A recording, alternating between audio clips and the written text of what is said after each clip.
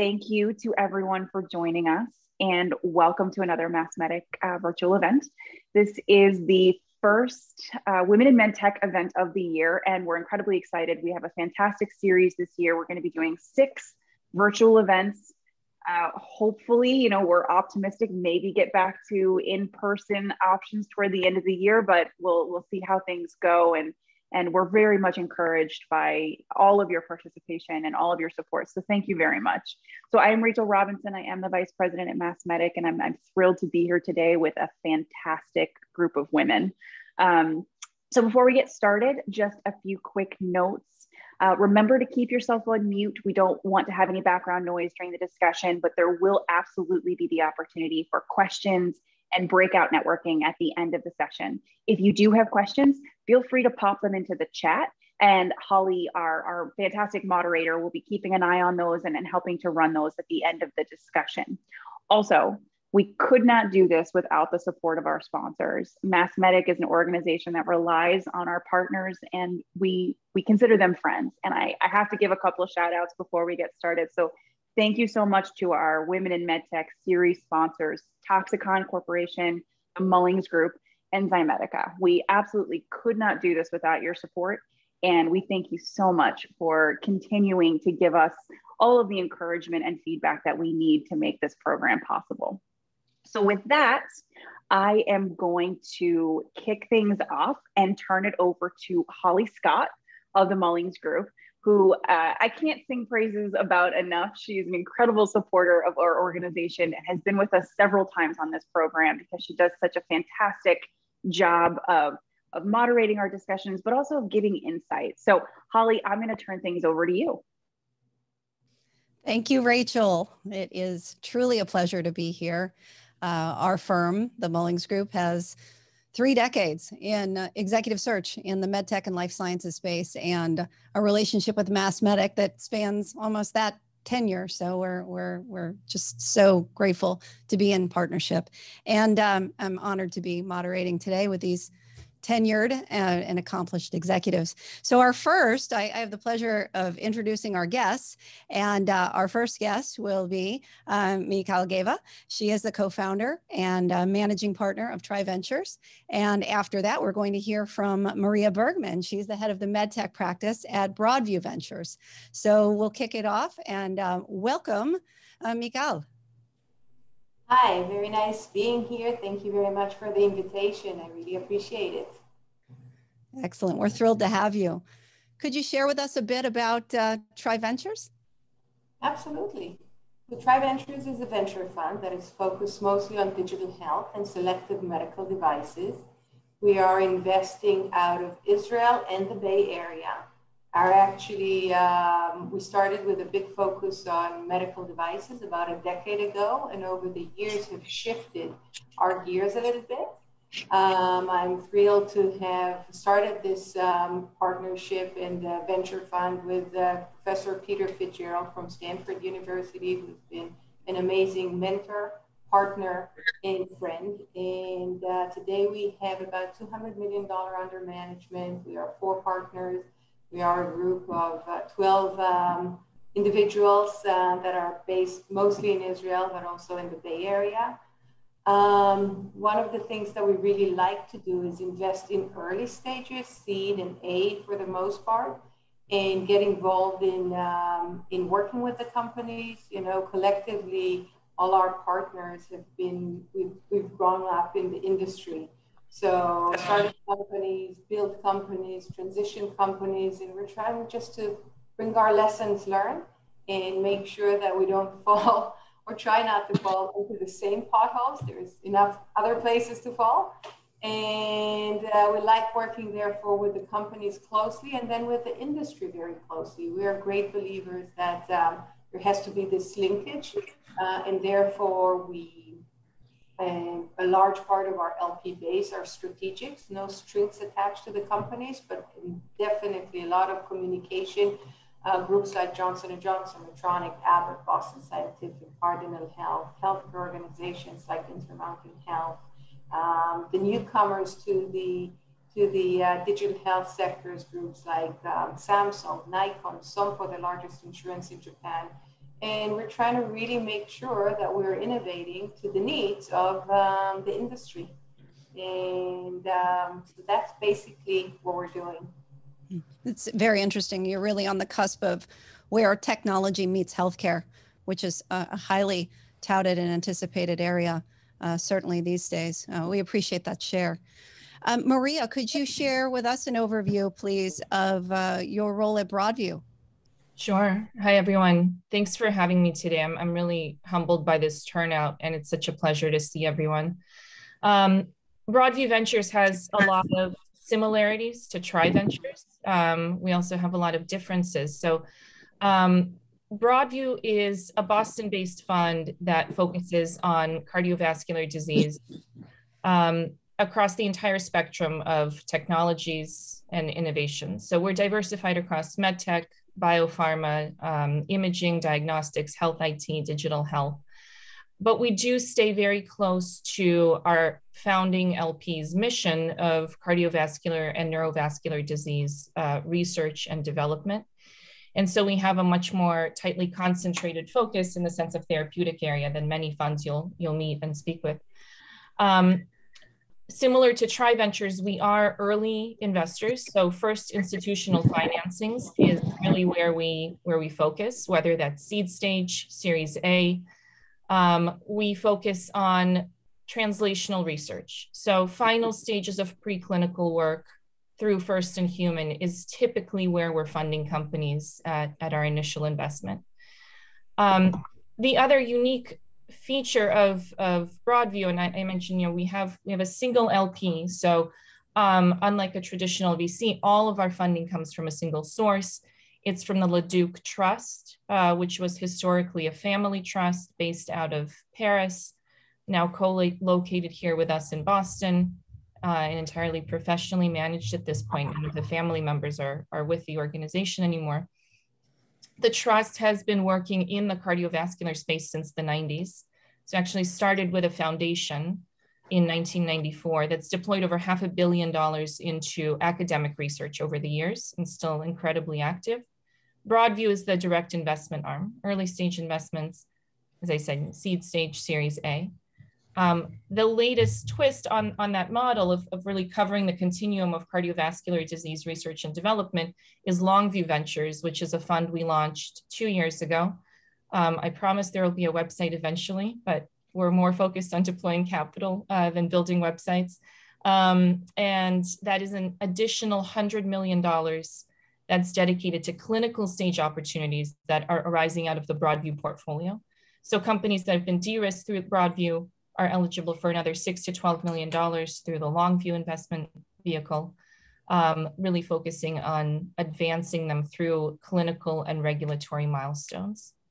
I joined Broadview about 9 years ago. I was the second full-time investment professional with Broadview. So when I joined, it was also an exercise in company building. And we had a small team at that point. We cross-covered everything. I was very much a generalist when I started with Broadview. Over the last 5 years or so, I focused exclusively on the medtech portfolio. We've really grown the team over the years. At this point, 8 investment professionals, and more organized around the 2 verticals of medtech and biopharma. I'll pause there and happy to take any questions. Yeah, that's fantastic. It's clear that both of you are right on the pulse of what is happening in the industry based on your vantage point. So I'm certain our audience wants to hear much about your industry outlook. And before we get to that, I would love to understand your careers a little better, because obviously the intent of our gathering today is to empower our audience as they move forward, and whether it's through financing or through building companies or through building their own careers. It's really interesting to see fascinating leaders like you and how you got into it. So Maria, if you don't mind, I'll start with you as you started as an MD clinician, correct? Correct. Could you share with us a bit about your early foundation and what brought you into the business side? Were there pivotal moments? Were there a series of events, or was it something that woke you up in the middle of the night and said, "This is what I need to be doing"? Right. Well, I wish I had a linear story to tell, but it was definitely a little bit of a meandering, and there was some serendipity thrown in. I went into medical school to be a surgeon. Spent all of my medical school years doing things like volunteering on the transplant team, flying around in helicopters, picking up organs, which I thought was tremendous fun, and was headed firmly down the path of cardiothoracic surgery with a particular interest in transplant surgery, dabbling in cardiothoracic pediatric surgery as well. I became very curious about where the tools, the therapeutics, and the diagnostics that clinicians spend a large part of their day engaging with and deploying, where all of those tools come from, who conceives of them, how they get from concept to bedside, concept to clinic. And I thought, one of the ways I could get some exposure to that space was adding on business school to my medical training, and just getting a little bit of exposure to the industry side of the clinical spectrum. I think that really opened up sort of Pandora's box for me. And I realized that going outside of your core degree was something, for example, attorneys have been doing for decades, right? You see plenty of JDs out there doing things outside of law. When I was in medical school, that wasn't very common, and it hasn't been a tremendously long time. These are the early 2000s, so about 15, 20 years ago. I did not see a lot of MD, MBAs in industry, although my alma mater, UCLA, had begun a joint degree program, an MD, MBA program, which drew maybe 2 or 3 people per year. So it was really just kind of a minuscule experiment at that point.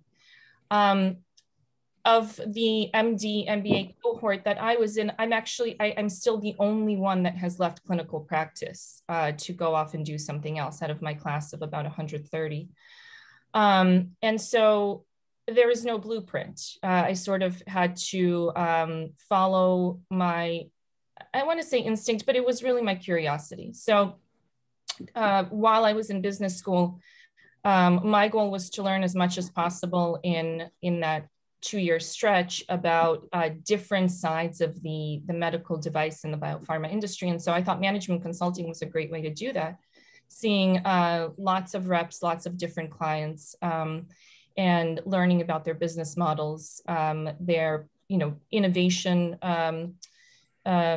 approaches.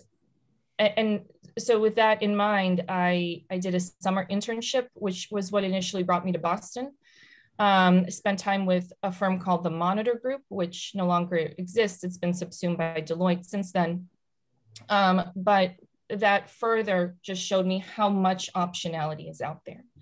And so faced with a career in surgery versus going out and exploring with the dual degree and the management consulting now being a new option to me, I was really drawn to the optionality, and I wanted to keep making choices that gave me greater optionality rather than telescoping down to one specific, subsegment of clinical practice, which really is what surgical training is. You go from general surgery to a subspecialty to ultimately being focused on a handful of interventions, which I think is great for patients. Not great if you have, a touch of ADHD and want to do a wide variety of things.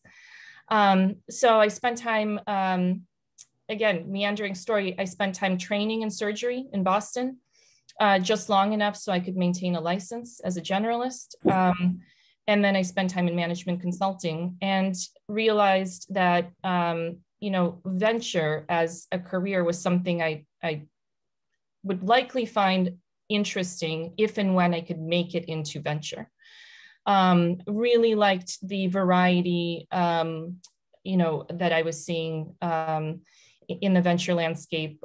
Loved the idea of being really close to that early stage science and being able to leverage my scientific and medical training while also thinking in the sort of, longer term, more strategically, operationally and financially oriented way in parallel.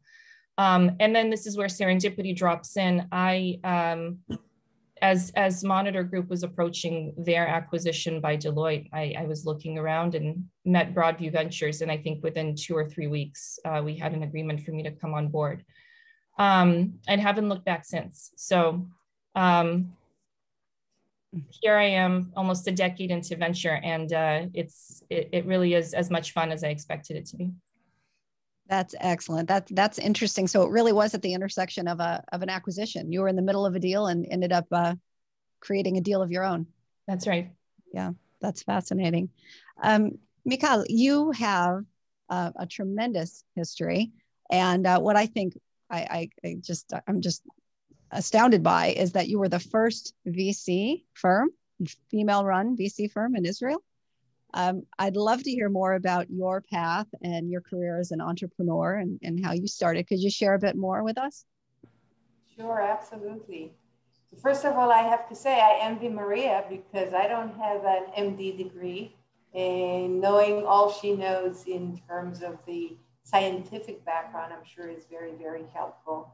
My path is very different. I actually started as in startups. I've been doing medical startups and startups in general for the past almost 25 years.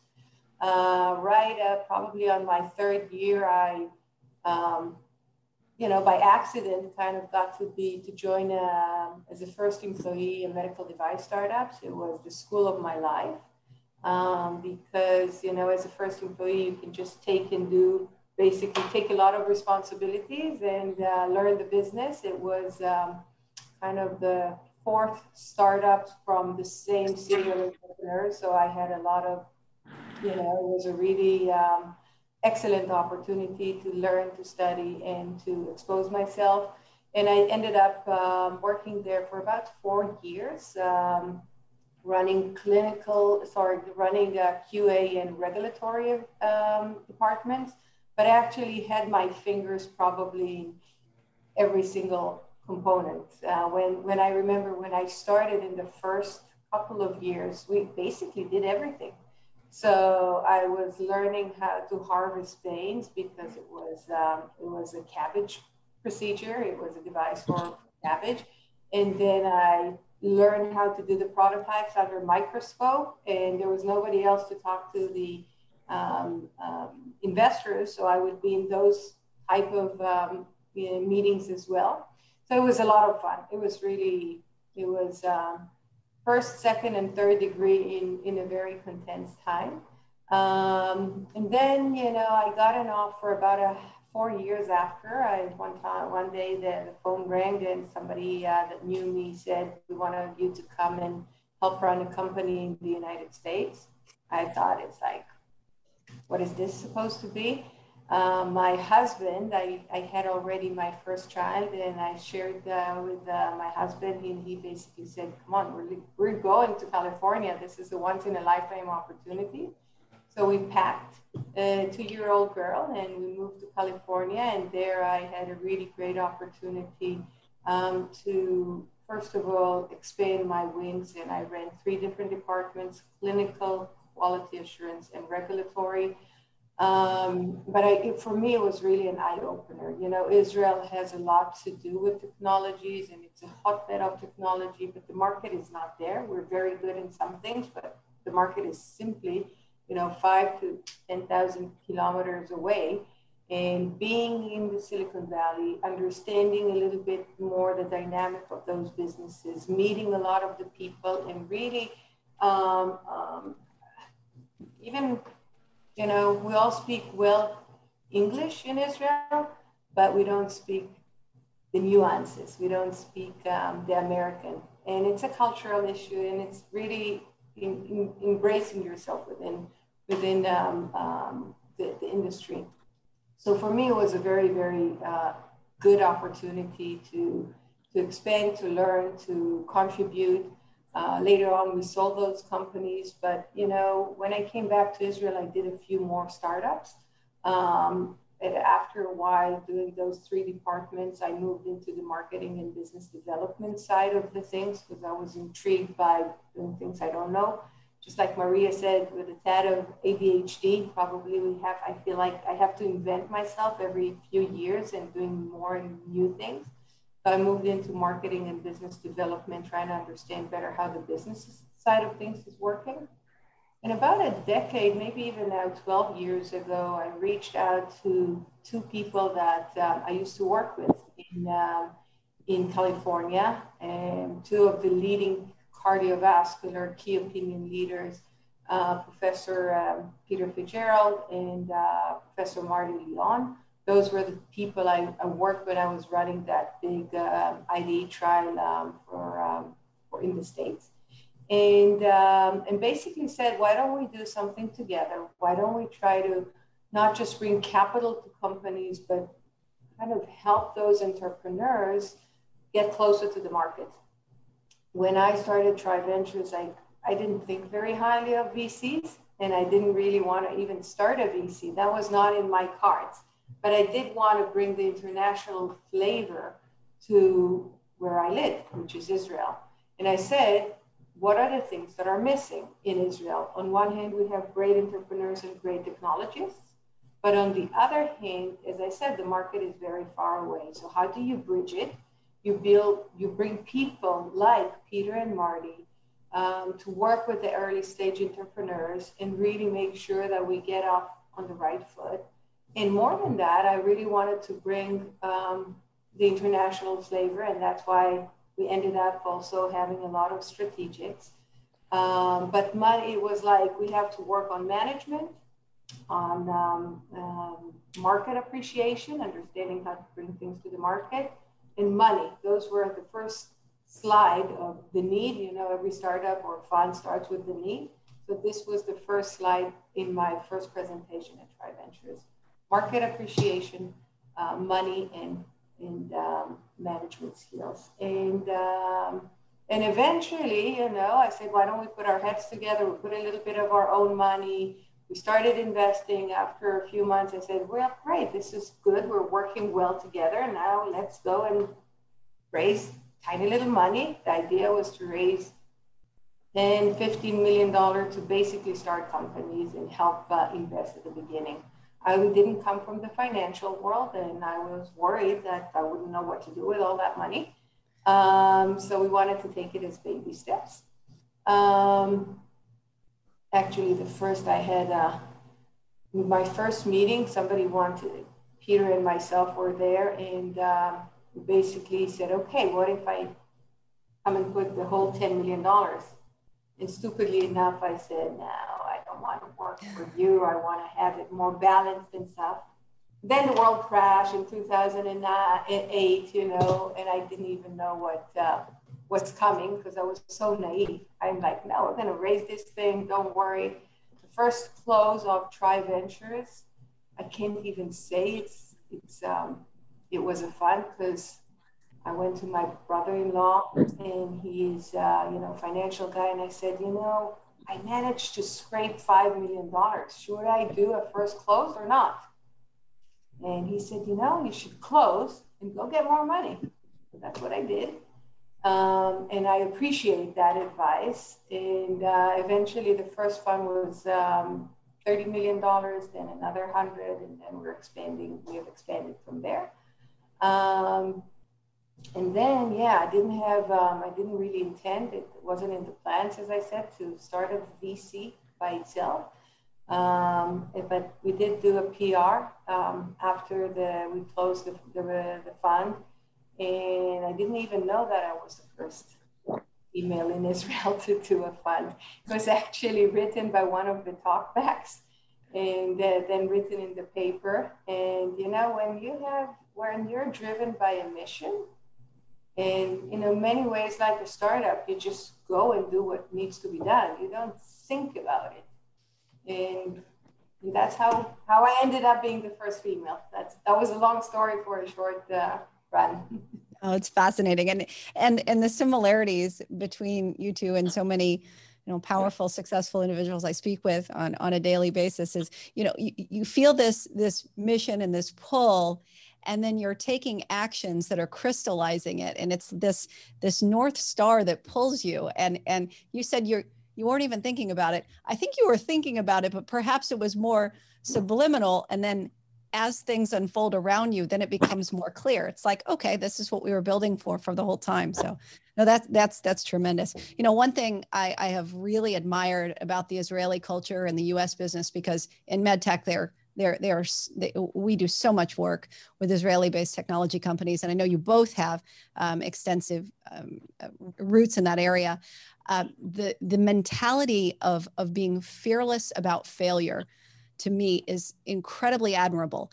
And I wish for all of us in the audience that we can empower this at an individual level, and also for our industry to empower that failure doesn't necessarily mean all of the negative things that we tend to have a connotation with it as. Failure is the less than optimal outcome. I'm curious from you both, and maybe we could start with you, Mikhail. What lessons have you gathered from that mentality, and has that helped you bridge business with the U.S. or empower perhaps some of your U.S.-based companies, or even personal lessons that reluctance to be fearful of failure? Well, first of all, Holly, you're right. This is a very important part of the Israeli culture. Failure is not, it's part of life, right? And I think this is one of the reasons why we have so many entrepreneurs and so many startups. It's, startups is a roller coaster. You really need to make sure that you have the guts, and you really need to make sure that, it might fail, because eventually most of the startups do not get to the finish line. Mm-hmm. And in Israel, it is true. We fall. I always think about it like monkeys climbing up the tree, and then you just climb one branch, and maybe it succeeds and you go ahead, and if not, you just fall down and go back to the tree and try another branch. And that's why, when we see about 700-800 startups a year, about half of them are Israelis. Most of the entrepreneurs are serial entrepreneurs. Not all their startups have been successful, but I think in general, from the failures, from the things that did not work very elegantly or very fast or didn't work at all, we've learned so much more than the ones that are just crazy success. Sometimes we see entrepreneurs from medical as well as from the tech. In tech, you see it more often where they came up with something and in 2 years they sold their company for gazillion money amounts. And eventually, it has obviously a lot of pluses, but that could also have minuses, because you think it's just going to be easy the next time. I think that just like when we're doing a clinical study or an animal study, if it works well in an animal, we're all happy. But if it doesn't work and the study does not work as we expected, we go and we dissect it from every different direction and make sure that we learn. So from those failures, I think we can learn a lot. And taking this risk is important. And you were asking Molly about a personal experience. I just told you how I started Tri Ventures, and I can't tell you, when I started the business, I was in startups, right? And I said I have to learn a little bit from the other people. What I learned from running 5 different departments in startup is very different than what you need as an investor. So I went and talked to a lot of people and really engaged myself and said, hey, teach me what I don't know. And a lot of people basically said,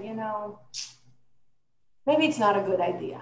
Maybe, it's not the right time. Maybe you need more experience in that. Maybe whatever. And I could be very easily persuaded not to start this business. And I'm sure I would have missed an opportunity. So sometimes you need to have the guts. You need to be able to take the risk. Need to be able to deal with the situation socially, financially, career-wise, if it doesn't work. But I have in my desk in the office a little postcard that I look at it every day. And it says basically, what would you do if you knew you couldn't fail? Now, we will fail for sure. But if we won't try, we will never know, because we won't know if we could really succeed. So I have this kind of like, think about it like a Post-it just next to me, next to my computer, and I look at it every day. Thank you for that. That's great insight. Maria, any thoughts along these lines in terms of the mindset that you have seen help others, help companies, even help you personally when it comes to outcomes, taking risks, and empowering perhaps the ones that were less than optimal? Yeah. Well, I can't top Michelle's answer, because she's so embedded in the sort of Israeli, of course, culture and ecosystem. I will say, we see probably a few dozen opportunities coming out of Israel every year.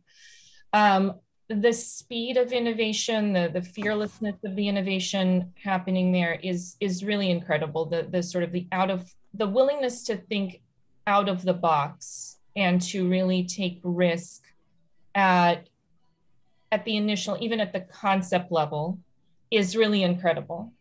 And look, I have two Israeli portfolio companies, and I've worked a lot with the Rad Biomed incubator over the years. And one of the lessons that I think I've learned from that ecosystem in general is there's a unique focus on mission critical data generation.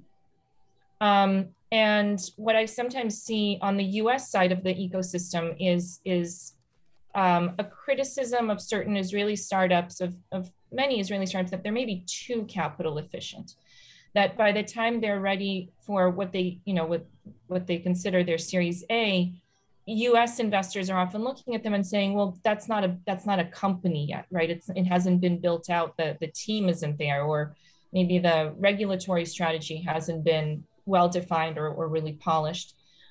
But they're coming to us with an incredibly efficiently generated, de-risked, whether it's prototype or molecule or biologic or whatever it is, with data that's really been achieved on a timeline that I rarely see outside of the Israeli ecosystem.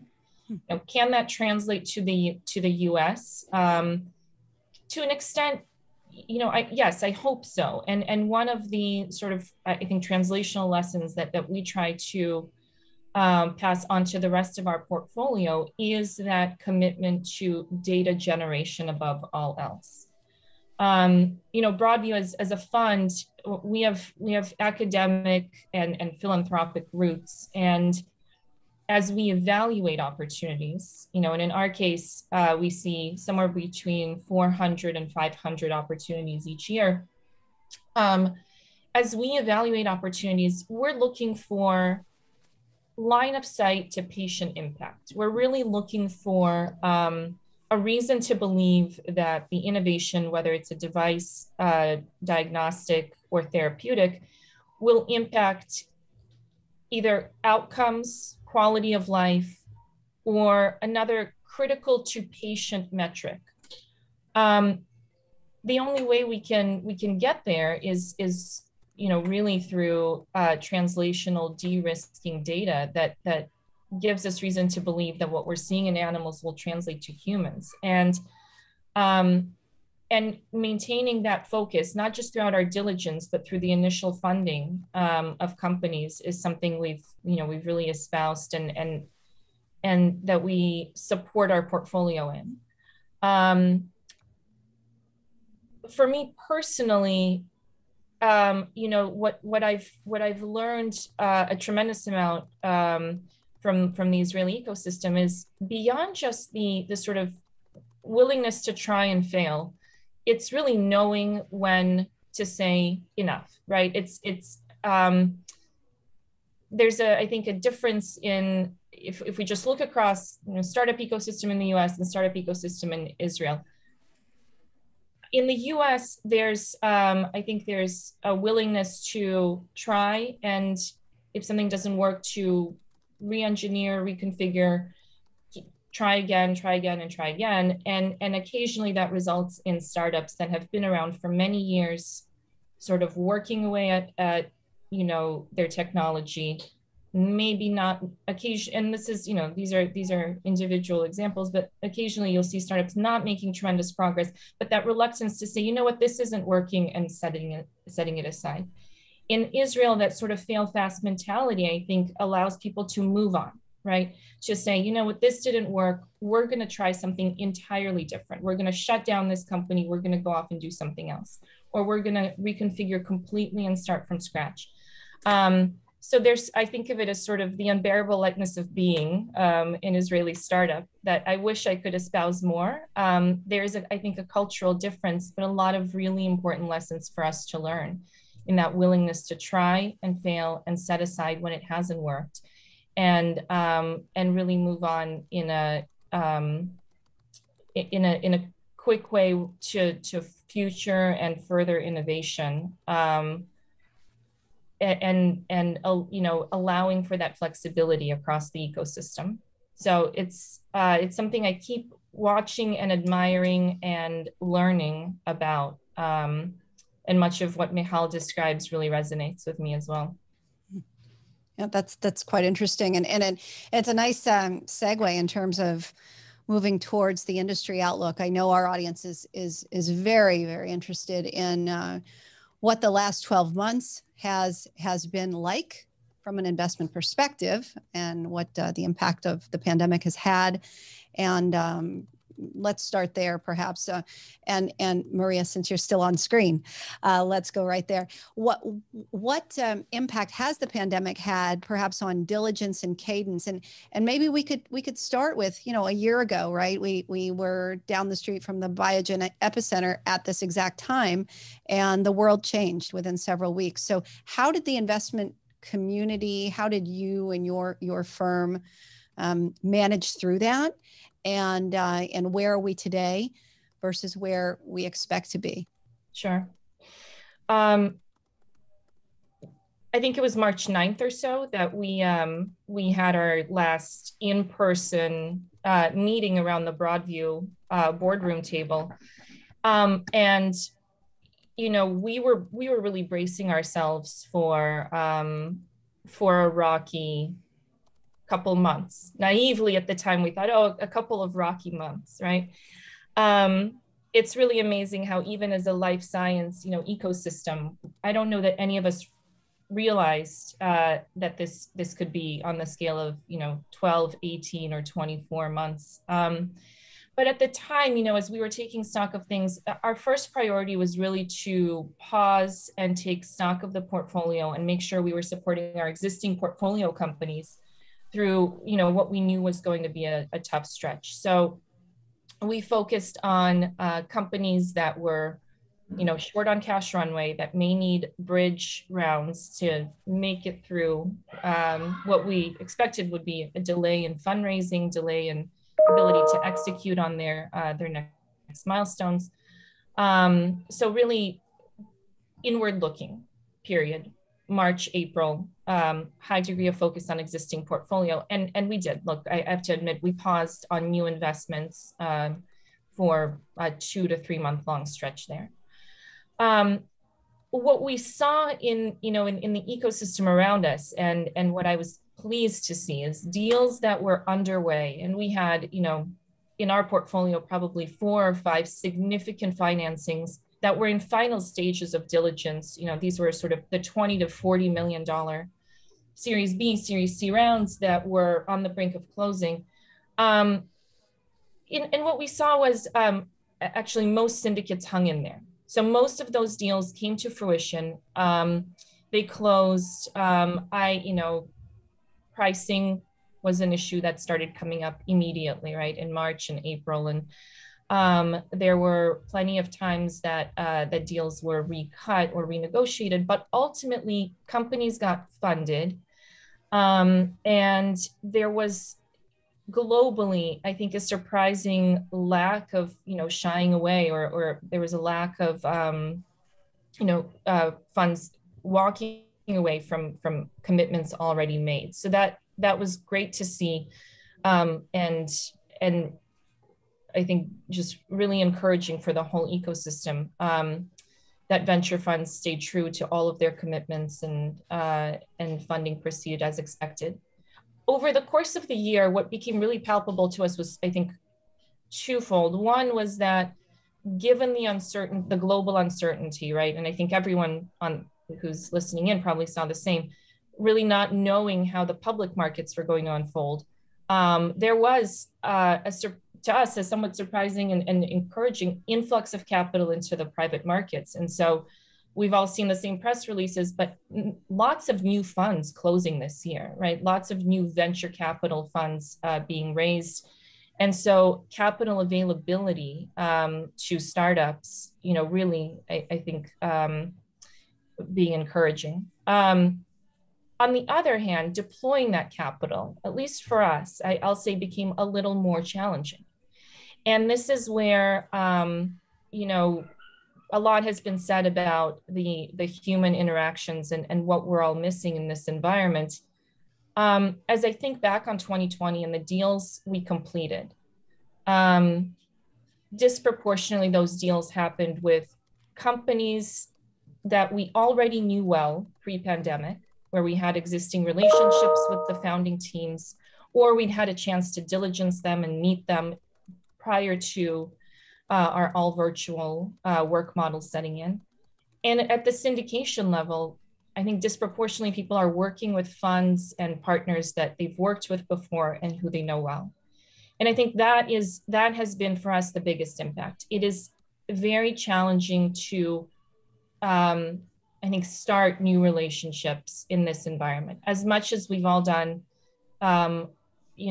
a great job adapting to a 100% virtual environment, there's so much missed in the lack of, a lunch meeting, in the lack of being able to do a site visit and spend time in someone's lab and really, see and feel the device, or be, sort of walked through the data in real time live with the group of scientists that you'll be working with. Similarly with VCs, I see syndicates being formed among, I don't want to say friends, but sort of colleagues, funds that have worked together before, where we know what to expect from each other at the board level. So there's an insularity that I think has set in, and that I really hope to see lifted as more of us are vaccinated, as we start to come back into a real life way of engaging. So that's been more challenging for us, and I'd love to hear from Michal how that's played out on the Israeli side of the ecosystem, given that Israel is a very tight-knit community, and I hear an almost fully vaccinated community now, which is impressive. Yeah, it's actually really interesting. A lot of the things that we saw here, Maria, are we felt the same, just like you're describing. At the beginning, we paused and we helped our companies. Later on, we focused on companies we knew from the past. Mm-hmm. But I have to say that in the last actually 2 months, we closed on 4 new deals, which is a lot for a fund. And all companies that we haven't met in person. So for us, it was really not trivial. We were trying to wait and wait and wait. But we eventually did that. Some of them are, a lot of them are US-based companies. Mm-hmm. But it was, we had to kind of sharpen our reflexes a little bit more than the usual. We spend a lot of time with them. We've done a lot of diligence on the team and on the circles around. But we did jump into the water and started doing things that we weren't used in. If you would ask me 6 months ago, I probably would say, no, it's really hard for us. But, one of the things that is interesting, we're all adaptable creatures. We are all, and people are, and businesses are the same. We have to reinvent ourselves. And maybe an interesting angle about what happened to the industry is not only from the finance department and spectrum of things, but actually what have happened to the industry as a whole. and what happened to the digital health industry, which in my opinion, 2020 is a tipping point for this sector. So just as a reference, we were the first investors in Israel to start investing in digital health companies. I remember in 2011, we did a course, 500 people showed up, and we talked about trends. And in one of the sessions, we called it When IT Meets Empty, Medtech. And people thought that we're completely crazy. Think about it. It was when the first iPhone more or less came out, just a couple of years after. We were not adapted to consuming so much on our mobile and with data. But we felt things were moving along. And what we've seen ever since is an incredible change. Data is the new oil. Healthcare has a lot of data. Israel, it happens to be that Israel was the first country in the world to transition from analog to digital, from paper to paperless. And in the past 25 years, we've had all our electronic medical records digitalized.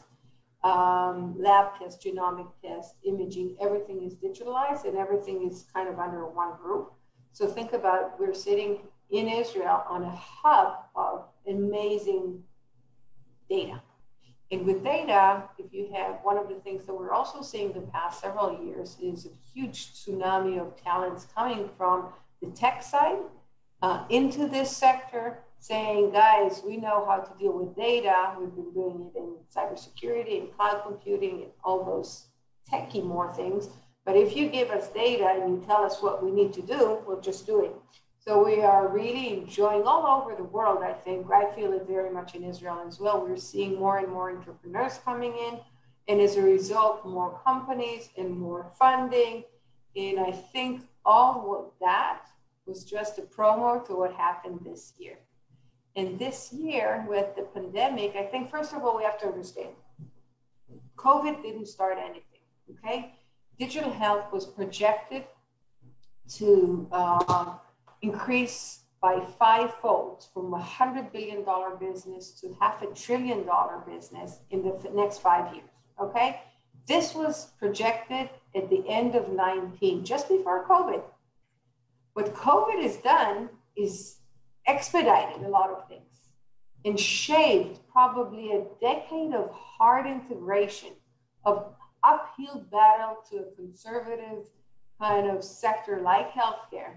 Because when CMS all of a sudden releases earlier this year or last year, 80 new codes for business models, meaning that you can go see your doctor and get paid the same if you're doing it on Zoom versus in the clinic, that opens a whole new kind of business models, right? If FDA allows you to do your clinical trial monitoring or even proctoring online, and we have companies that are doing all their clinical studies with somebody virtually in the room, making sure that the device is implanted the right way. If this is now an enabler, the sky is the limit. And I think what we've seen as a result is not just a lot of new companies coming in, but business models that have been validated and companies that are much quicker getting to meaningful business. We've seen not less than 14 different IPOs of native digital health companies in the last year and a half. Think about it, for many, many years I've been asked, who's going to take the lead on this revolution, right, in healthcare? Is it going to be the healthcare organizations, the medical device, the pharma companies, the traditional kind of healthcare groups? Is it going to be the tech? We saw a lot of acquisitions from Amazon with PillPack and Google, and Samsung have been acquired technologies. Is it going to be the tech groups? Or is it going to be the startups? And I remember just 2 years ago, I was asked on a stage and I literally said, I don't know. Probably it's going to be a combination of all of those things. This year, 2020, with seeing companies, for example, like Livongo, right? They went public a year and a half ago, at a $3.5 billion valuation. Last year got to $15 million valuation, and then merged at the end of 2020 with Teladoc, that also became just in the last year, a meaningful company, and they merge and they're now trading at $30 billion, for example. All of a sudden, companies like that and others, you know, American Will and many others, digital, are now becoming not just unicorns, but they have to go shopping. So they're going to be the next buyers of those underlying companies that we've seen. And I think, you know, the combination of those companies, of course, there's tons of SPACs coming out. There's a new flood of money coming in a different way to this sector and in general, together with a lot of movement. If you see at the last year, at the end of 2020, Fortune 500 companies, you'll see the 10 biggest companies, 9 of them have businesses in healthcare. So, you know, I think people understand nowadays what we use. Maria and I had to teach a little bit how my mom could get on Zoom and see her doctor. You know, a year ago, people would say, it will take a decade. Today, 50% of the activities in the United States are done in telemedicine. And I think telemedicine will get to the next level soon with much more data, much more personalized, much more efficient way to do things. And we'll see this kind of industry, I think, continue and expand.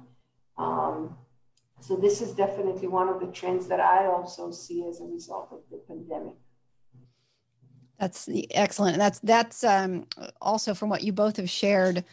We, as an executive search firm, have had an experience over the last year that's been really eye-opening. After my 20 plus years, for the first time, 68% of our placements last year were accepted sight unseen. So, and this is C-level individuals, this is VPs, this is directors, this is individual contributors, this is people from all a variety of backgrounds, where they met virtually, they established a level of trust, respect, credibility, never went to the facility, never met who they're going to directly report to, and here we are. So we're definitely in a new world. So I want to hit on that a little bit, because it sounds like, Michal, you've had some success with 4 new deals that were new relationships. You know, it is important to say that a lot of what happened in 2020 relied on trust and credibility that was built prior, whether it was through other ventures or through through mutual friends, whatever that looks like. How did you, or did your diligence process change as you were exploring that? And for our audience in particular, who are interested in courting you as a particular investor, are there actions that they could take, perhaps, that would be better, would do a better job getting your attention and getting you to lean in? I can't say that we did something extremely different, but we are spending a tremendous amount of time with those companies on Zoom, just like we're doing with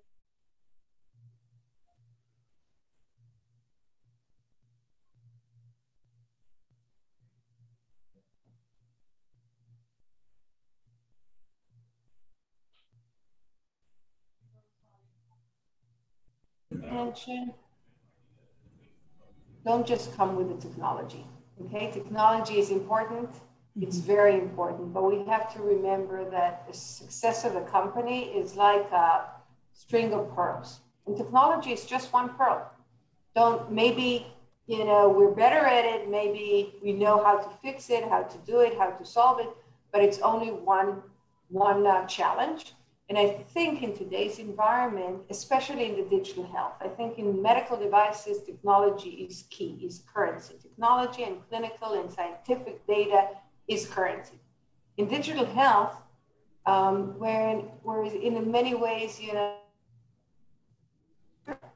you don't always even have IP, but then the real challenge is integration into the market. Making sure that you know not only to help patients or to help healthcare systems, but to monetize and scale your business. Make sure that you know who's going to pay for it and why. Because the backstage of the healthcare system is not trivial, it's really a mess. And just saying it's going to reduce costs for the hospital is not good enough in today's environment. So there's many different ways of doing businesses, and there's more new and validated ways to, approach not just the payers or the providers, but employers and pharma. They're more equipped. They know a little bit better how to do those businesses nowadays. And from my perspective, first of all, figure out where is your business model? What do you need in order to scale it? And only then go and start building your technology. So, Holly, we're spending most of our time kind of making sure we understand that. We are making sure that the companies have teams that understand that. From my perspective, unfortunately, it's not enough today to say, well, I'm going to just do this, it's going to work. And the team is very technical, and then we'll figure it out. Right. We are doing but we're expecting those kind of understandings and insights, not only from the later stage companies, but from seed investments. I'd rather them spend the first dollar and cracking the business model than cracking the algorithm that would do the magic in whatever. Because I think this is where most of the companies are challenged by. Interesting. Very interesting. And so it sounds like if they think about it with your string of pearls analogy, which I absolutely love, by the way, if they think about the necklace, the final necklace in the big picture as early as possible, and they think about each component, perhaps it is your technology, your substance behind it, your market, the leader, the team, right? The people behind it, then you start getting a more complete picture that it demonstrates value, correct? Absolutely. And the string of pearls include, of course, regulatory, includes IP, includes clinical validation. Many of the digital startups also have to bring digital validation, reimbursement, association and key opinion leaders that many times have to adopt that. But really integration into the market is a key. And especially if we're seeing more and more companies in the digital health starting their business with the B2C, going direct to consumer, building not actually a brand, because to build a brand, it takes about $100 million, but bring traction. And then they move into, when they have traction, when they really understand their client, when they really understand how to engage with them and make sure that they continue to do whatever they need to do, then they go with this validation to the big players and become a B2B2C. And the partnership moves from a B2C, the people that are paying are not only direct to consumer, but actually businesses like providers, or more often insurers and payers. But I think this kind of throwing yourself with a B2C at the beginning into the market makes you sharp, makes you understand your customer much faster, and make sure that you have a product market fit at an earlier stage. Excellent. I'd love to get Maria's input, but I want to be conscious of our time. Rachel, do you want to jump in and let me know, do we have time to keep going? Do you want to do breakouts? Do you want to handle chat questions? I'll look to your lead on next step. I always want to jump in.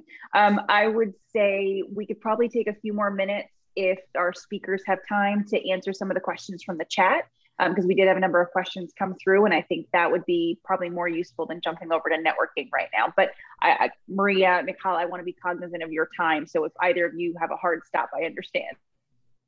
I'm fine for another half hour or so. And there are a lot of good questions in the chat. So I think that's a great idea.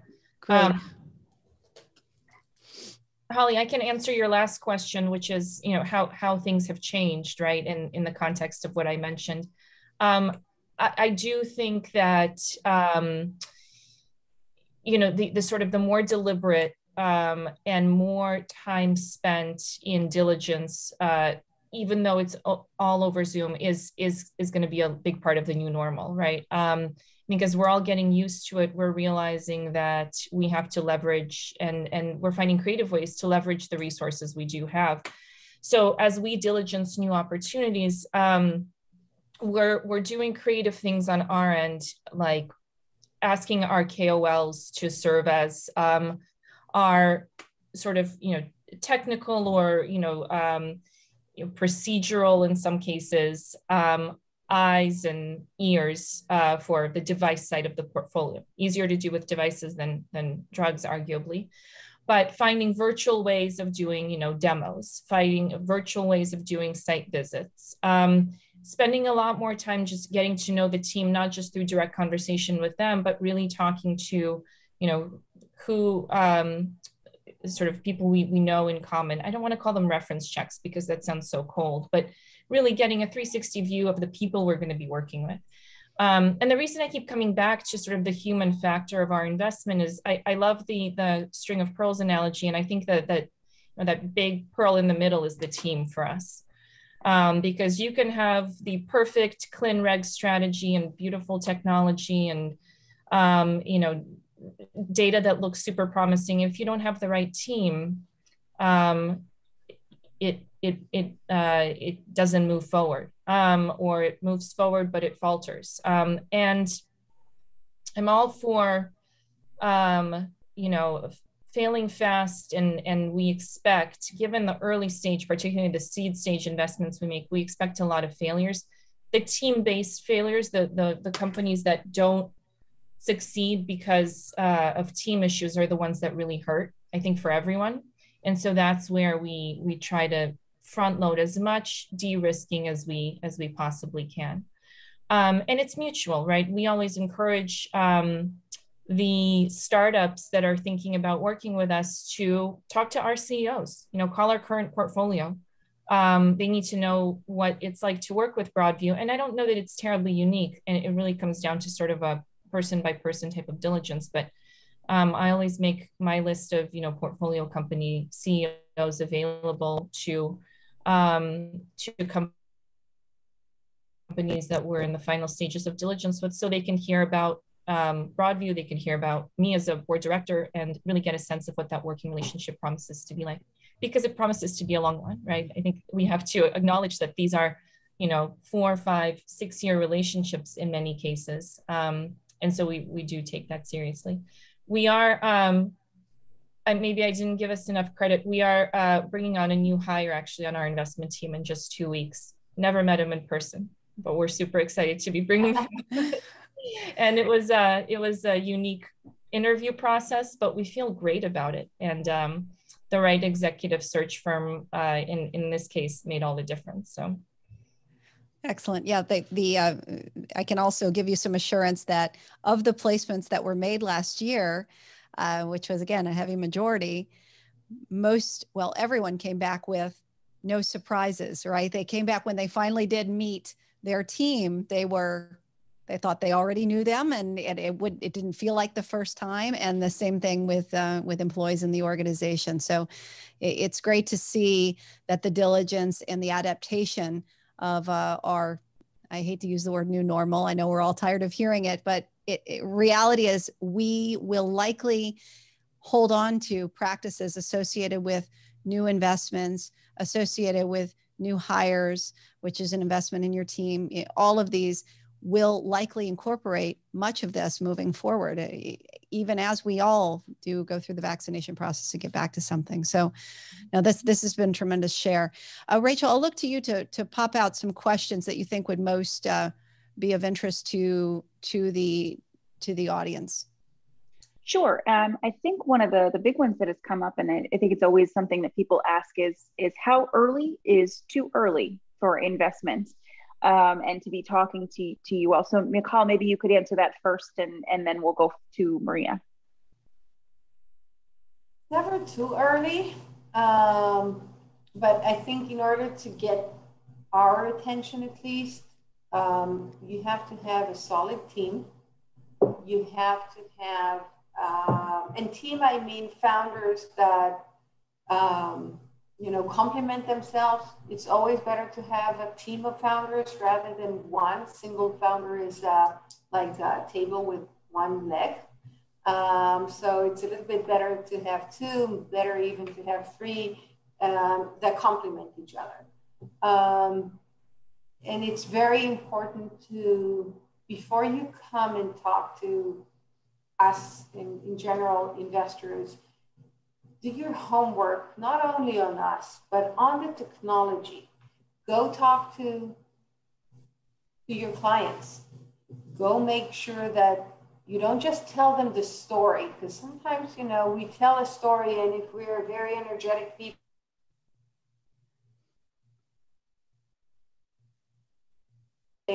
remember when you're doing your investigation of the market, God gave us 2 ears and 1 mouth. Yes, we want to tell our story, but remember that this should be a ratio. When I started, I just told you earlier, when I started Try Ventures, I wanted to learn. I went to people and I said, guys, I don't know this space. You know it much better than me. This is what I'm thinking. Tell me where I'm going to fail. Tell me what is wrong.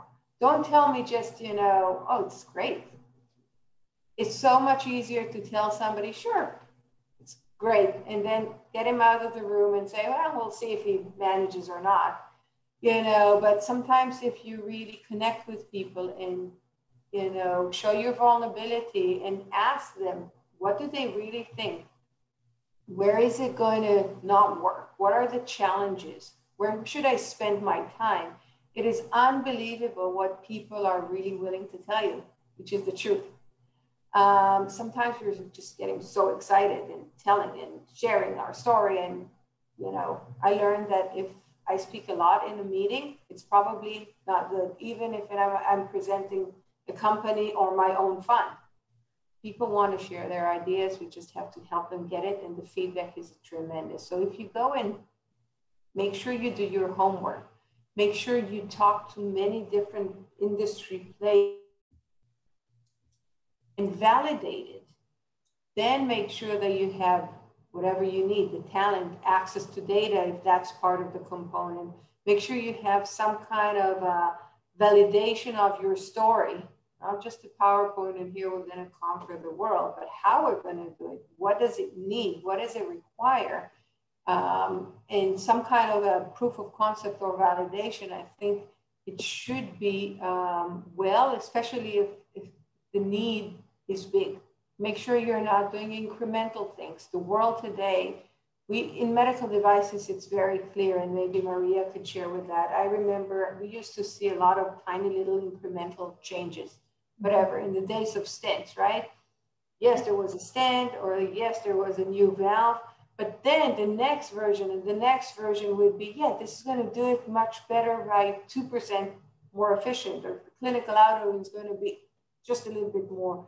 The world has changed, and the big groups are willing to take risk, but are willing to take this big risk on disruptive technologies. So if you're an incremental change, it's going to just do it a little bit better. Think over, learn, explore, and see what you can do to make sure that this next 5 to 10 years of your life is going to be for something that is very meaningful. Because how much in your portfolio or in your experience has been giving first timers a chance? You know, the first time CEO or the first time startup. Is that, would you say it's a fair balance, or is there a heavy preference towards experience? Because in my experience, I hear that quite a bit, that there's a lot of pushback without the experience at either a startup or a success from a startup. So I'm curious about your perspective from an investor. I would say that we're working with mostly in a very early stage. And so we get the chance to work with a lot of people that it's their first startup as CEOs.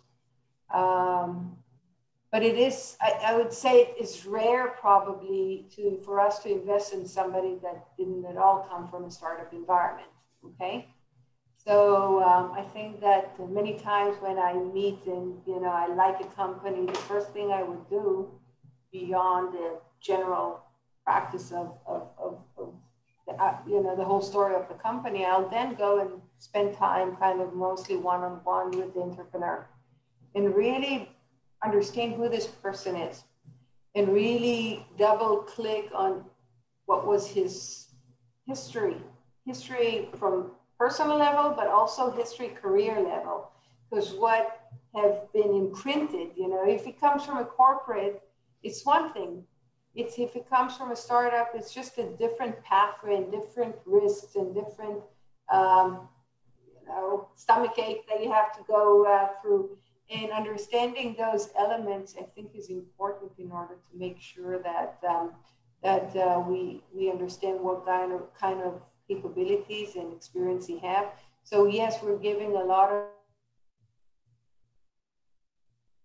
but I can't remember somebody that did not work in a startup before getting an investment. Maria, is it the same with you, or do you have a different perspective? Yeah, I mean, I think these are related questions, right? So on the sort of stage of company and type of team, you know, for us, it's never too early to show us something. And we actually like to follow technologies from inception to, you know, whether we ultimately make an investment or not. And there are plenty of examples in our portfolio where we saw something when it was concept stage, you know, academic founding team or technical founding team. And we may not have invested for a year or two and waited until they came back to us with, and we're pretty specific about what we want to see on the device side. You know, we always say we want to see a functional prototype that's been tested in at least a handful of animals. It can be acute animals, but just like a proof of technology to show us that it works. And then, and I really echo what Michal said, beyond just it works for AFib, right? It works for heart failure. A story that has specificity about the patient population and where in the ecosystem of other interventions the device or the therapeutic will fit in, right? And I think that, you know, from a stage standpoint, it is important to get that story right early. I mean, this really borrows from the Stanford biodesign model of thinking, right? Which is, what is the specific unmet need you're trying to solve? And defining that and having that as the company's North Star is really important from the outset. I think this is something that's driven by, you know, in the cardiovascular disease space, and arguably cardiovascular is just catching up to what oncology has been doing for years. And it's been said before, right? A move towards more personalized medicine, a more nuanced segmentation of large markets like heart failure writ large is actually probably an amalgamation of many smaller markets where different types of heart failure, different origins of heart failure and stages will be best treated with different types of devices and therapeutics. So that orientation towards, you know, nuance and storytelling is important to us. And it's a topic that, you know, we don't expect companies to have all of the answers on. That's a topic we like to dig into. Someone in a direct message, I think, asked me, how much do I use my MD day to day? I mean, that's a great place. That's a great example of where our team, which skews, you know, towards kind of scientific and clinical backgrounds, we love talking to startups about the details of their product market fit. And we think of it really as product patient fit. And we see that as a really collaborative process. And many of the companies in our portfolio have evolved that thesis or that hypothesis over the course of their company's lifetimes. So it's never too early to show us something. We do look for, you know, proof of technology or semblance of preclinical proof of concept before we'll take the plunge and do, you know, real intensive diligence towards investment. And then on the team front, you know, because of that early stage, you know, we are investing in a lot of founder-led teams. I don't know the exact ratio, but probably, you know, maybe a third of our initial investments are first-time CEOs. And in a lot of cases, they may not have come from a startup previously. They may be coming right out of academia or engineering or, you know, other, or in some cases, industry. What we look for is really openness to team evolution. And when I say that, everyone hears like CEO change, right? And we mean so much more than CEO change when we say that. What we're looking for is openness from the founding team to adding additional expertise, building a strong, team around the founders. And yes, I think it's rare that you see C-level management and, particularly CEOs who can take a company from concept to exit, right? There are different skill sets that are needed at each stage of company evolution. And so we discuss that openly and early when we meet companies, testing for, openness in that regard. We do a lot of team building, and we have plenty of examples where the founding CEOs transition to other roles in the company as they, for example, went from preclinical to clinical stage or clinical to commercial, allowing someone who is really expert at running that stage of a company and getting the company to ultimately to exit or to the next step of their evolution. Hopefully, Holly, that answers your question. I know I covered a couple there. No, I think that's excellent information. And I think from both of you, I heard that you're open to providing counsel early on. So when someone comes to the table and they're lacking components of what would interest you, you're giving them that open feedback at the time. Mm-hmm. Absolutely. Absolutely. And maybe, I don't know how much time we do have, but if we're talking about leadership and we're talking here in a women forum, you mind if I say a couple of words about that? Rachel? Please do. So the next question I was going to ask is, how do we get more women into this space? So take it from there. Oh, great. So, there is no secret sauce here, okay? I think that sometimes women think different than men. And if we believe in ourselves and we know exactly from A to Z what needs to be done in a role, we will apply. But if we're not, and we don't know everything, and we know only 80%, we'll go and try and learn more rather than throw ourselves at an opportunity. I think men just are wired a little bit different, enough for them to feel comfortable with the buzzwords, and then they'll say, yeah, we can do that, okay? I know it's a little bit illustrative and I know it's exaggerated, but take this as a concept, and I think that we should just believe in ourselves. We need to make sure that we throw ourselves at opportunities, because if we're going to be there and wait for the opportunities to come to us on a plate of silver, every once in a while they will come, but most of the times they won't come to us. We have to take the responsibility. I always tell my kids, don't wait for somebody to give you the responsibility. Responsibility is something that you take. Even if your role says this, do this, but try to get more and do more, because what made my career great is the width of my shoulders. I try to just do more and take more responsibilities and take more risk, and make sure that once I take the risk, I surround myself with very, very strong people, many times stronger than me. That's what I did when I started Tri Ventures. I surrounded myself with amazing people that I could learn from. This is what I did when I moved to the States, and I all of a sudden had to run 3 departments, and believe me, I didn't know good enough, but I hired up. I really hired up to make sure that I stand on stronger people's shoulders. And if we have the gut to make sure that we do those things, engage with and take risk and engage with people that could teach us and be better than us, I think the opportunities that we take could be very, very exciting. I am very proud to say that within our organizations, we have 4 partners. 3 of them are women.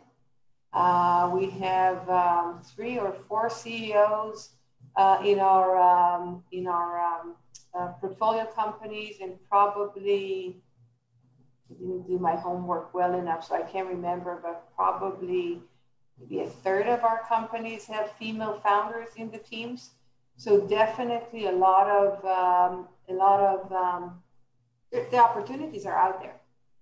But we do have to throw ourselves and make sure that we're proactive and not waiting for somebody to call us or to give us more responsibility or to open the door for us.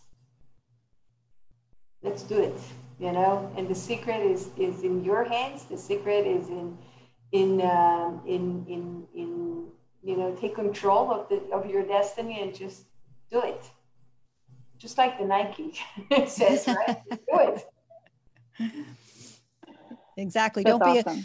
Don't be afraid, right? And about the outcomes and try to just put one foot in front of the other and go for it. Rachel, any more good questions for us? I think we're unfortunately running right up on time. I think we could probably continue this conversation for hours, which is why we will be doing these 6 times this year.